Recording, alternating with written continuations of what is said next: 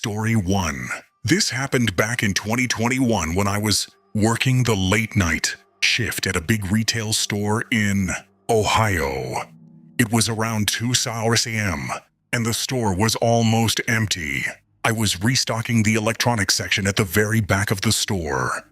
The silence was eerie, broken only by the low hum of the fluorescent lights.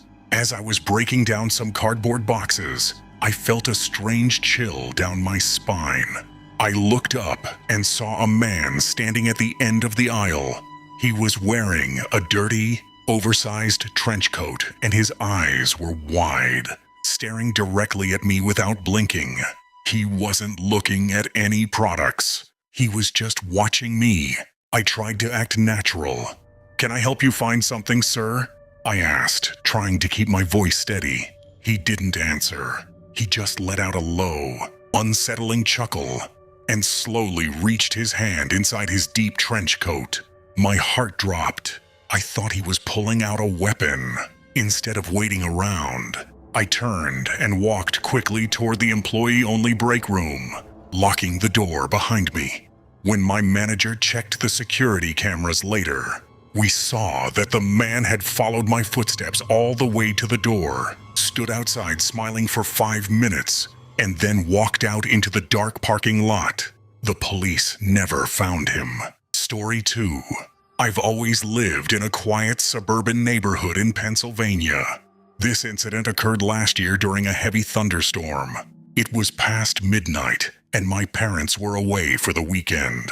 I was sitting on the living room couch, watching TV with the volume low, trying to ignore the loud claps of thunder outside. Suddenly, the power went out. The entire house was pitched into pitch blackness.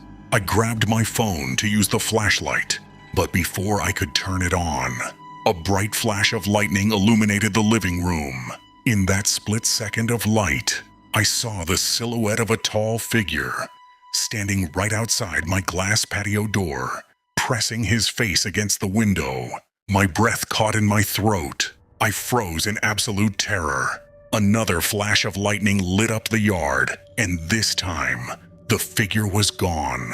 Then I heard the faint, terrifying sound of someone trying to rattle my kitchen window from the outside.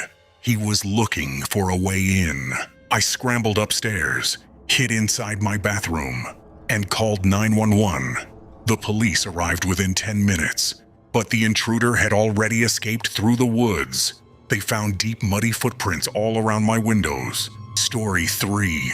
This final story took place on a lonely stretch of highway in Nevada. I was driving across the country to visit my brother, and it was around 3 a.m. I hadn't seen another car for over an hour. Fuel was running low, so I was relieved when I finally saw the glowing sign of a remote, rundown gas station up ahead. I pulled up to the pump and got out to swipe my card. The station looked completely deserted. There was a single car parked on the side with its engine running, but no one was inside. As the gas was pumping, a man walked out from the shadows behind the building. He didn't look like an employee. He was twitching violently and talking to himself. He started walking straight toward me, increasing his speed. "Hey, give me your phone," he screamed suddenly. I panicked. The gas pump hadn't finished, but I yanked the nozzle out, splashing fuel onto the ground, and jumped back into my driver's seat.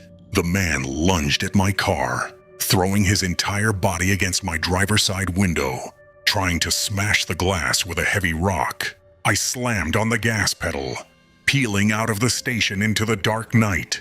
I drove until I reached a well-lit town and reported the incident. I still get nightmares thinking about what would have happened if my car doors were unlocked.